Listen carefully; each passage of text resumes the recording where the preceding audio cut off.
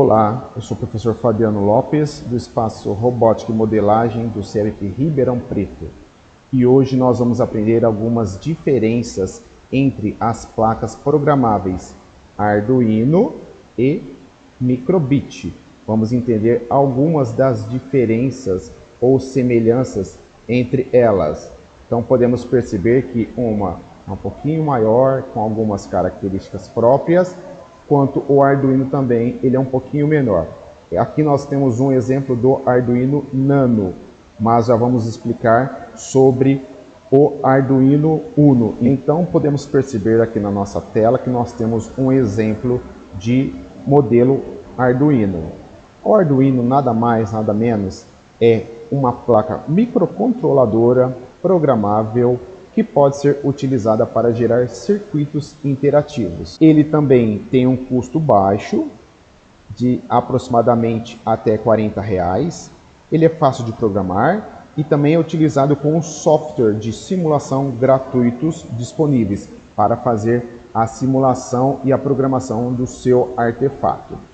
Aqui nós temos algumas informações importantes e comuns. Nós temos aqui neste canto a nossa fonte de alimentação, que pode ser ligada junto da tomada elétrica para fornecer energia quando não há energia vinda do nosso computador. Na parte inferior, nós temos as entradas analógicas, que vai de A0 até A5. Essas portas, elas enviam informações para alguma programação. Também nós temos aqui na parte superior portas que vão dos números 0 a 13, as entradas e saídas digitais, que trabalham com os sensores e atuadores. São portas que recebem e enviam informações para que algo possa funcionar. Dentro dessas portas, nós temos também as portas PWM, que contêm um traço antes dos números. São elas os números 3, 5, 6, 9, 10 e 11. Elas fazem as duas funções, quanto portas de entrada e quanto portas de saída. Temos aqui na parte inferior mais algumas informações importantes. Nós temos a porta 3.3V e 5V, que são as portas positivas, que servem para alimentar uma placa, como o protoboard, para fazer a simulação. E também nós temos a porta GND, que é a porta negativa, que também serve para energizar a nossa placa no protoboard e assim criar um artefato para que sim possa funcionar normalmente. Bom, agora vamos descrever o Microbit, tanto na frente quanto no verso. Lembrando que esta placa ela custa em torno aproximadamente de R$400. O Microbit é uma placa programável que funciona como um pequeno computador que foi desenvolvido para inspirar crianças a criar um futuro mais tecnológico com aspirações no mundo digital. Bom, na parte da frente podemos descrever com dois botões, o A e o B. Esses botões você pode programar e um botão de redefinição. Você pode escrever um programa que diga ao Microbit qual ação deve ser feita quando o botão é pressionado. Os botões A e B podem ser pressionados juntos ou separadamente. Agora nós temos o conjunto de LEDs. São 25 LEDs que acendem quando programadas. A LED em inglês significa diodo emissor de luz. É um dispositivo de saída que emite luz quando uma corrente elétrica passa por ele. O Microbit possui uma tela de 25 LEDs para você programar, podendo exibir imagens, letras, números. Além disso, eles podem detectar, medir e responder a níveis de luz, assim funcionando como um sensor de luz. Bom, podemos descrever também na parte inferior esses pequenos ou essas pequenas entradas. Nós temos os pinos GPIO, que vai de 0 a 2. Esses pinos são chamados, ou podemos chamar de pinos de entrada e saída de uso geral. Eles permitem que você seja realmente criativo.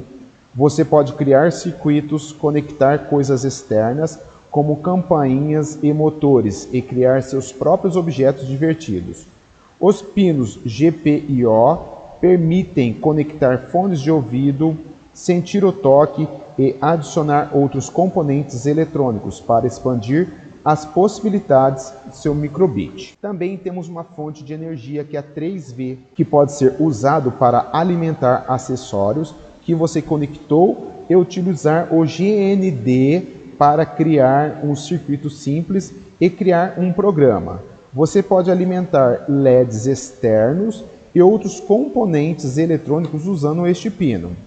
Bom, falando sobre o GND, que foi citado anteriormente, ele está aqui ao lado. Ele é usado para complementar os circuitos elétricos, quando você conecta fones de ouvido, LEDs ou componentes externos ao seu microbit. É o pino Terra. Este pino e o pino de 3V estão relacionados à fonte de alimentação da placa. E é importante lembrar de não conectar esses pinos um ao outro diretamente. Agora nós vamos descrever o microbit no verso. Então ele está do lado oposto. Na parte superior do microbit nós temos o sensor antena de rádio e Bluetooth, que serve para enviar e receber mensagens à distância. E o microbit pode usar ondas de rádio para se comunicar utilizando o Bluetooth. Ele pode ser programado para que receba uma mensagem e envie outra mensagem como resposta. Por exemplo, conversar através de frases que passam na tela de LED. Na sequência, nós temos aqui embaixo o termômetro ou sensor de temperatura. O processador do microbit é o seu cérebro, buscando, decodificando e executando suas instruções. Também contém um sensor de temperatura para que você possa medir a temperatura do ambiente. É uma parte essencial do seu microbit, pois executa os programas que você escreve usando um microprocessador interno a esse dispositivo. Na sequência, nós podemos identificar mais um sensor chamado bússola ou magnetômetro. Esse sensor é digital e serve como entrada para detectar campos magnéticos, especialmente o campo magnético da Terra, para achar o norte magnético. O seu microbit possui uma bússola embutida que pode detectar a direção em que está voltada. Se quiser detectar campos magnéticos fortes, você pode usar ímãs e programar para que o microbit exiba uma mensagem quando detectar o campo do ímã. Mais abaixo, nós temos outro sensor, o acelerômetro. Nada mais é que um instrumento capaz de medir a aceleração ou vibrações sobre objetos. Ele compara a aceleração do objeto em relação à aceleração da gravidade da Terra. Assim, mede e calcula as acelerações, vibrações e inclinação do objeto. O acelerômetro do seu microbit detecta quando você o inclina da esquerda para a direita, para trás e para frente, e para cima e para baixo. Acima podemos achar mais uma entrada micro USB. É usado para conectar, comunicar e alimentar computadores e dispositivos digitais. O microbit possui uma interface USB para permitir que você conecte seu computador ao seu microbit. Assim, construa o programa, faça o download do arquivo e passe para o microbit, conectando ao computador através da porta micro USB. Ao lado, nós temos o botão Reset, que é feito para reiniciar seus programas microbit. Aperte o seu código e começará do início.